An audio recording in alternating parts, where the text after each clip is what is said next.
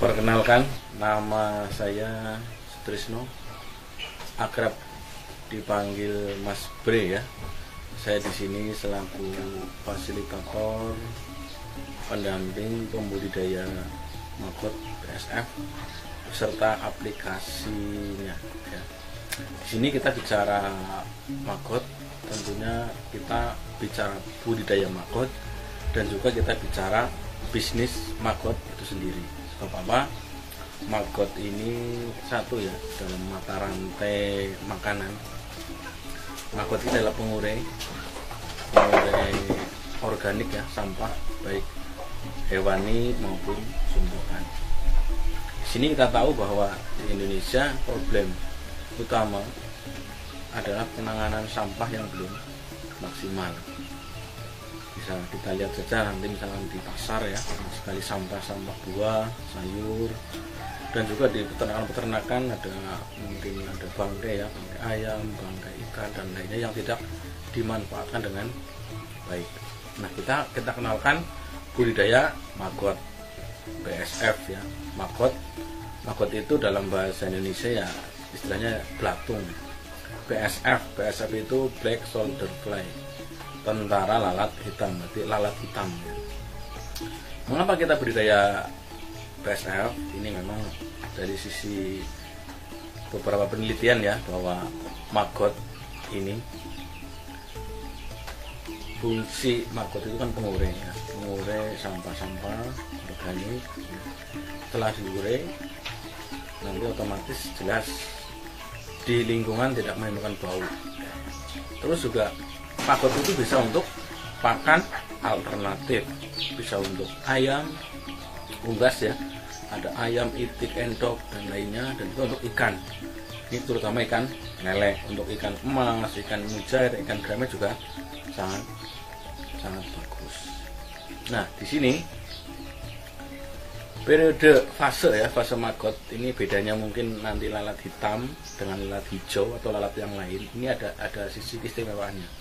Jadi kita akan memproduksi yang secara kesehatan ya, higienis, aman saat dipelihara ya, dan juga aman saat dikonsumsi oleh binatang yang kita pelihara.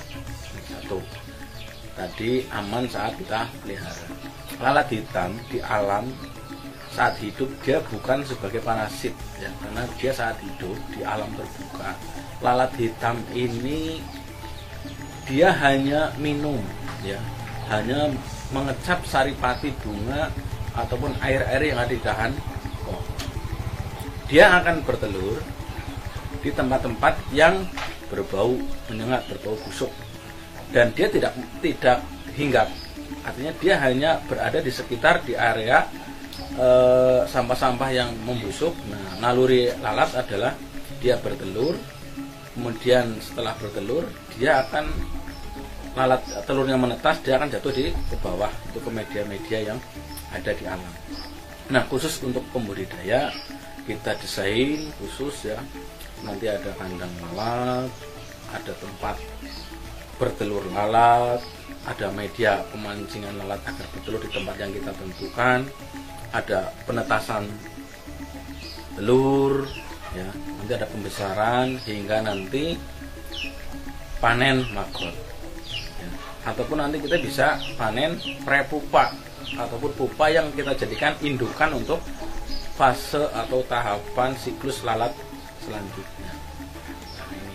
Kemudian aplikasinya nanti kita kenalkan aplikasi pemanfaatan maggot terhadap pembudidaya.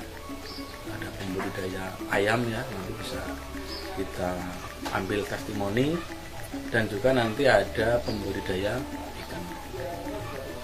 Dan juga manfaat secara khusus ini terutama untuk secara dampak sosial ya.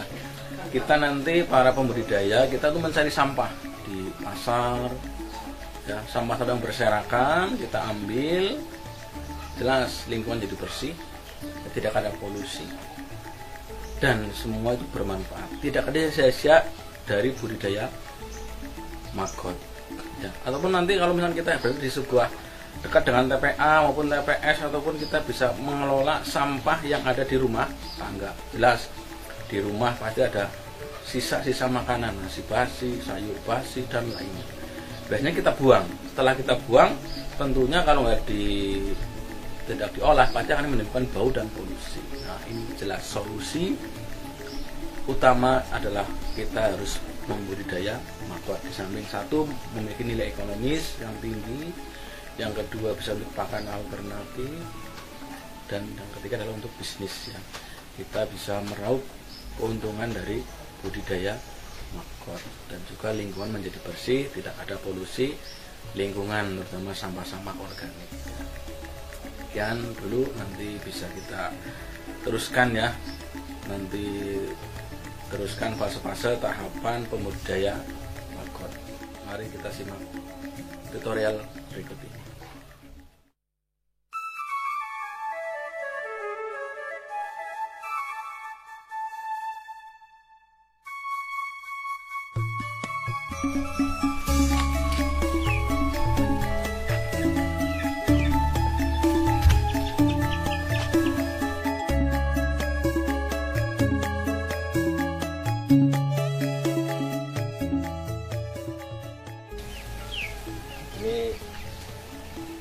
Hari ini kita panen telur ya, telur BSF.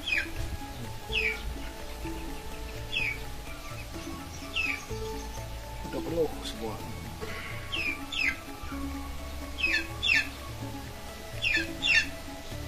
Ini telurnya langsung diambil ya? Iya Pak, langsung diambil nih. Ini jadi ceritakan ini ada apa aja tuh yang itu yang di bawah nampan itu. Ini untuk memancing lalat BSF telur.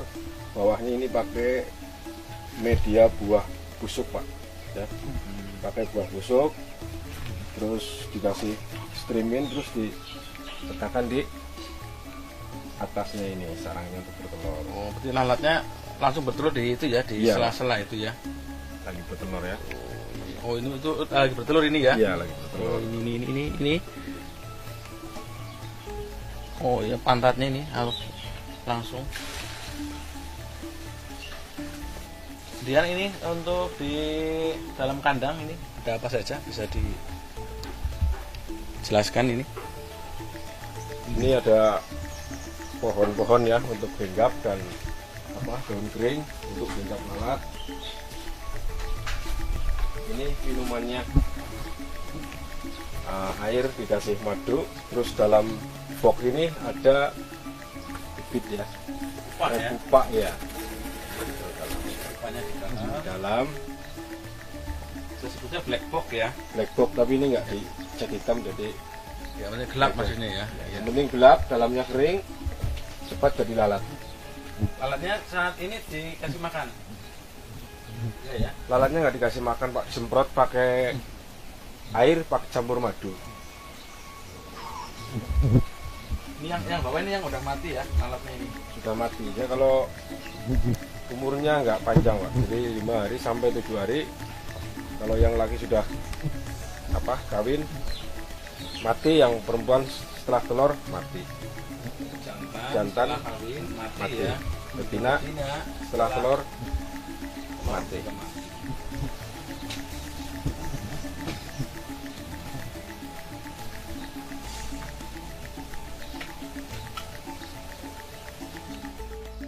Pemanenan telur BSF. Panen telur. Ini kayu-kayu yang tadi diambil. Ya, dicopot dulu karetnya ini. Oh iya, ini Telurnya ada di dalam selah-selah kayu.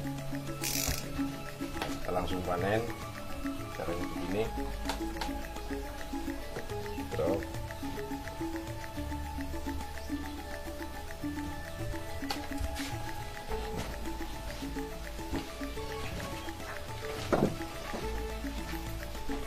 ini bagus tepatnya.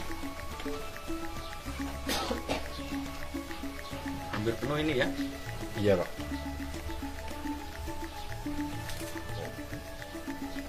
Full. Jadi kalau cuacanya bagus ya panennya bagus. Pintas kayak keju ya. Ini telur ya, ini hitungannya kalau dijual per gram ya. Per gram. Oh, harga per gram kalau boleh tahu? 10.000 Pak. Iya. 10.000 ya? 10.000. Berarti kalau sehari 100 gram 1 juta ya? 1 juta. Wih, mantap ya. Nah ini. Kalau 1 gram ini kalau ditetaskan bisa menjadi maggot ya 3-4 kilo. Datanya sedikit, tapi memang ini kan telurnya itu satu lalat itu bisa sampai 500-900 larva.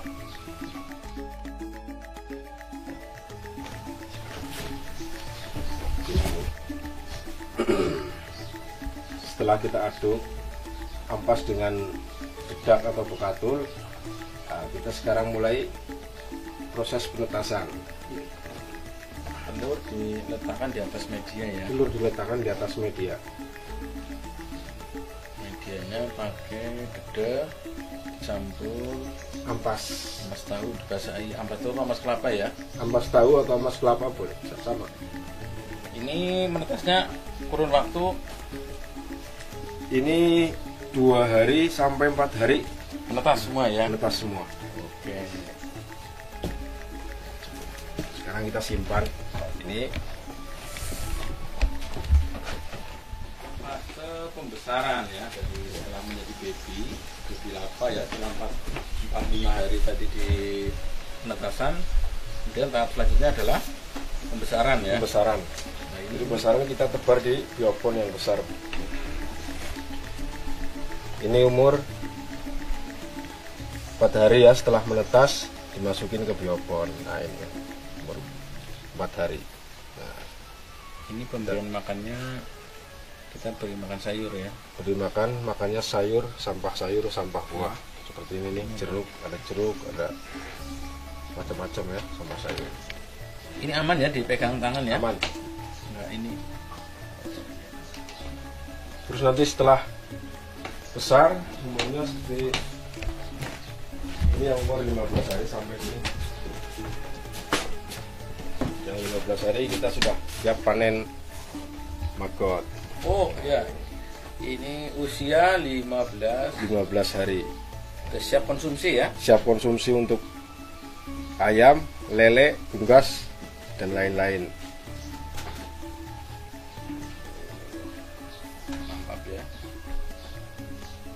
Itu kelihatannya kayak maggot semua itu. Ya ini maggot semua. Full. Ya. Bisa 40 kiloan ya? Kalau ukuran biopon 240 kali 60, ini ukuran telur 10 gram ya. Jadi kalau jadi maggot ini 30 sampai 40 kilo. Dan kalau untuk pembibitan terus ini Kalau sudah umur 22 hari, ini diletakkan di biopon migrasi, Pak. Ini seperti ini caranya bioponnya. Jadi ada apa? Kayak tanjakan apa ya? buat kemiringan ya? Buat kemiringan ya. Oh, ini prepupanya nanti akan naik ya? Nanti yang untuk bibitan yang warna hitam yang sudah tua dia nggak makan, dia akan naik. Jadi prepupa itu kan dia akan mencari tempat yang kering ya? Iya betul. Tempat yang kering, ketika nanti dia akan menjadi pupa, dia menjadi lalat, dia akan bisa terbang. Kalau di media yang basah mungkin itu kendala. Makanya naluri lalat, naluri pupa, dia akan naik ya. Ini dibuat talang ini. Oh, ini ngumpul di sini ya? Ngumpul semua. Ya. Ini nanti kalau sudah begini kita masukin kandang lalat lagi untuk apa yang bikin siklus yang baru.